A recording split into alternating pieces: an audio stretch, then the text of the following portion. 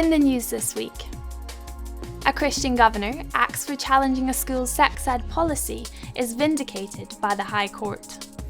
Women's rights campaigner Maya Forstater is awarded over £100,000 after losing her job for defending the reality of biological sex.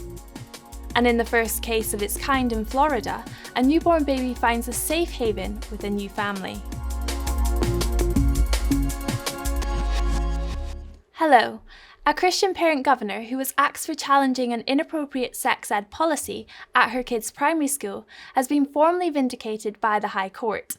The lady, whom we're calling Susan to protect her identity, first highlighted legal issues with the Gateshead School's relationships and sex education policy in 2021. These included lesson plans encouraging children to question their gender identity and stating that anatomical sex is on a spectrum from 0 to 100. After she complained, the governing body accused her of opposing its collective decision and removed her, triggering a 5-year ban on serving as a governor in any school in England. Following a legal challenge supported by the Christian Institute, the High Court has now reinstated her after the governing body and local authority both admitted her dismissal was unlawful, although the policy itself remains in place. Susan welcomed the ruling. I was concerned at the devastation that might be done to children from teaching gender ideology. I'm absolutely delighted that I've been vindicated. It feels wonderful to be back and helping the school get the best outcomes for all the children there. Institute Deputy Director Kieran Kelly said the case should deter other schools from silencing those who uphold the reality of biological sex. Well, we're very pleased for Susan, of course. She was treated shamefully, but there is a wider significance to this case because schools need to remember that their RSE policies need to reflect the law and guidance, particularly in this very controversial area of gender ideology. It's very sad that after nearly 12 months, the Department for Education is yet to respond to Susan's concerns. But we're pleased for her, and we do hope that this result encourages other parent governors and teachers and parents to speak out when they have concerns about how schools are dealing with the idea of gender ideology. Women's rights campaigner Maya Forstater has been awarded over £100,000 in compensation after losing her job for defending the reality of biological sex. In 2019, the then tax consultant's contract was not renewed after she tweeted that biology determines whether people are male or female.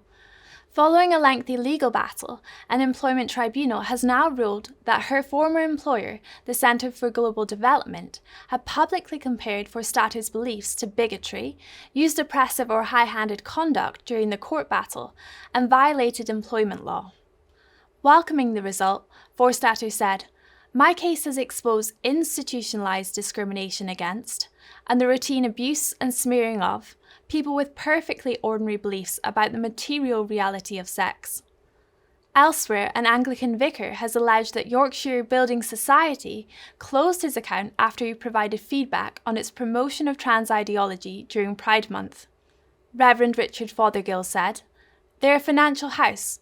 They're not there to do social engineering.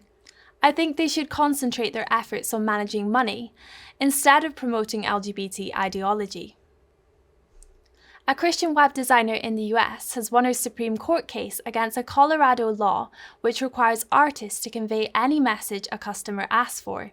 In 2016, Laurie Smith filed a pre-enforcement action in anticipation of an attempt to force her to use her skills to promote same-sex marriage. In the landmark 6-3 majority ruling, Justice Neil Gorsuch argued that Colorado sought to force Smith to speak in ways that align with its views but defy her conscience about a matter of major significance.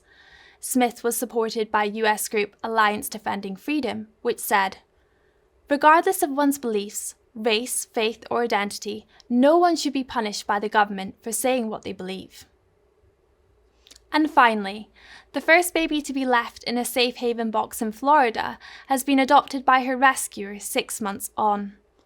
In January, baby Zoe's now adoptive father found her in a baby box at Ocala Fire Rescue Station with a shoelace tying off her umbilical cord.